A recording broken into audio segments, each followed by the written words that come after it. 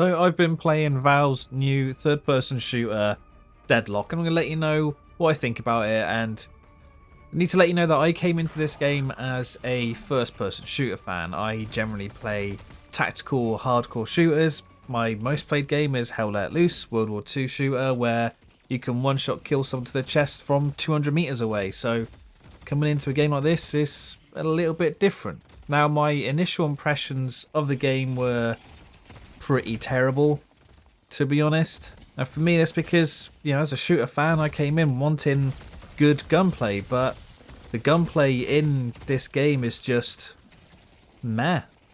It's just very, very meh. There's a mixture of hit scan and actual ballistics, so you actually see your bullet or whatever projectile you'll fire travel and actually has to hit someone to deal damage.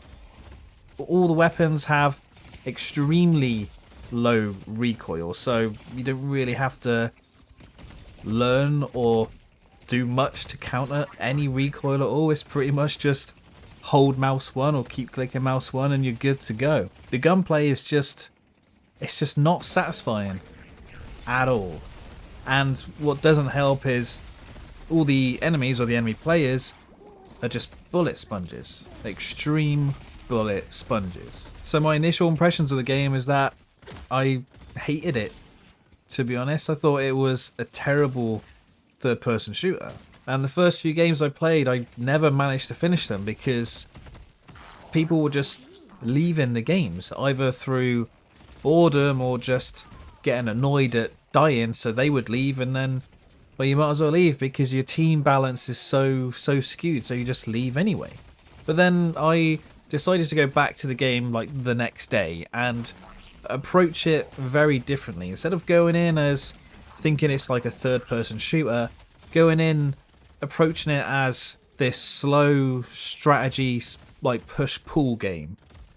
Push enemies back, kill the little dweebs, kill the players or manage to get an enemy kill, and then falling back and retreating when my health is low, instead of like taking a death. And after I did that, I started to enjoy the game more, and I think I sort of got it just a little bit more. And it's probably important to say that I've never played a MOBA. Well, I've played the tutorial of League of Legends because I keep thinking of doing this League of Legends video where I'll hardcore play it for a month to see what happens, like to my rank or the experience of what the community is like and how it degrades me socially or whatever from playing it. But if you go into this game expecting like a good shooter, like if you're a shooter fan wanting a good shooter from Valve, you will be disappointed. It's a third-person strategy game. That's really what it is. Yeah, it's got the MOBA side to it, but it's a third-person strategy game. Slowly push the enemy back, get those like little dweeb kills and kill like the guardians, which I think are meant to represent like the towers or whatever you have in MOBAs. Pressure the enemy team, sort of slowly push forward, get those kills when you can, and upgrade your character to make them stronger, and then go in for the main base kill. And when you're killing the little AI dweebs or whatever they're called and get player kills, you will get a currency. I think it's called souls, and with this currency you can buy upgrades, and after a certain amount of time, I'm not sure what triggers it, but you get actual upgrades for your character. But let's talk about the characters. There's tons of characters in the game already, which I found really surprising for a game that's not even out. I was expecting there to be like a small core selection of heroes for them to expand upon when the game actually launches. I mainly play Seven, the robot guy, just because, well, I tried him and it worked really well playing as him, and I sort of got his playstyle quite quickly. But some of them seem like pretty cool. I can't say if any of them are too OP or really weak so far because I haven't played all of them, and definitely haven't played like hours and hours and hours and hours of the game so far.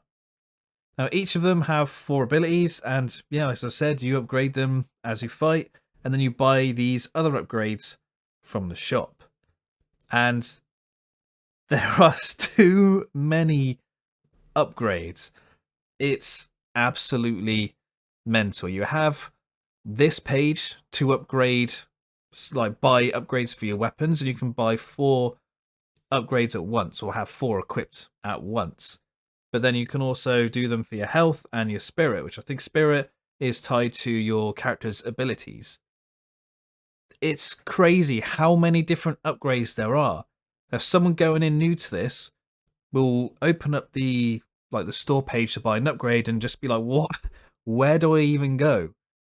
Now, thankfully, there is this build tab where the game has sort of like pre-made builds that you can sort of buy individual bits for your character to upgrade them. So that's useful. But like, Jesus Christ, that's a hell of a lot. And I think it's just too much. As strange as that sounds, it's too much. And I also just say that when multiple characters start fighting, like you get a bit of group fighting going on and everyone's throwing and kicking off all their abilities, there is so much visual clutter to this game. Now, for a traditional MOBA where you've got the top-down view, it's probably not as bad because you still have this big overview of everything. But in Deadlock, with its third-person view, vision is limited, so it does feel kind of a bit like a mess at times. Like, they need to do something about dialing this back somehow. I would also say that I think games can last too long, and I've seen in every single game I've played so far, people just disconnecting. And it's either because of the games being long, or because I think the game really incentivizes you to quit. And that's just because of how upgrades work. Like, if you start dying a bit too much, the enemy team will get their upgrades and be able to buy stuff in the shop just more than you. So they're getting this advantage, and then because they already have this advantage, they'll be killing you more, which will get them stronger and stronger. So what are you meant to do? Do you just stay there and die, or just quit and try again and try to do that to the enemy team? Like, you can pretty much lose a game early, in the early stages, even if it takes 25 or 30 minutes for the game to end, just because of having a bad start. Now, as I said earlier, I haven't played MOBAs, so I don't know how it plays in that like traditional MOBA space, but in this space, just nah. I think these sort of upgrades and stuff, and how you can just get steamrolled by these upgrades, it just doesn't feel right in a shooter. And yes, I said don't approach this game as a shooter, but ultimately you are still shooting people, and a lot of the stuff is stat based, so if someone keeps just having better stats than you, you're not going to have a good time. And yes, you can play well with your character's abilities and different synergies with different characters, but at the end of the day, you are going to have a bad time if you have a bad start. But after all that, what do I really think of Deadlock? I mean, as a shooter, it's a terrible game. As a third-person shooter, if you want a new third-person shooter to play, don't go in expecting this to be good, because it's not going to be what's for you. But if you go in looking at it as a third-person strategy game, then you'll probably be able to get into it more, especially if you've played a lot of MOBAs and you enjoy MOBAs. It's just a different perspective on MOBAs. Literally, instead of just having like a top-down view, it's, you know, a third-person view instead. And when I made that sort of switch mentally from a shooter to a strategy game, I did get into it and enjoy it more. So I think if you've tried the game and you don't like it because you're not liking the shooting experience, try to make that mental switch and you might get into it more. But ultimately, for me, I am a shooter fan, and this game, it wouldn't replace any game that I play right now. It's not going to replace any game that I'm looking forward to playing right now. And as a sort of a strategy fan, it's not doing enough for me either, probably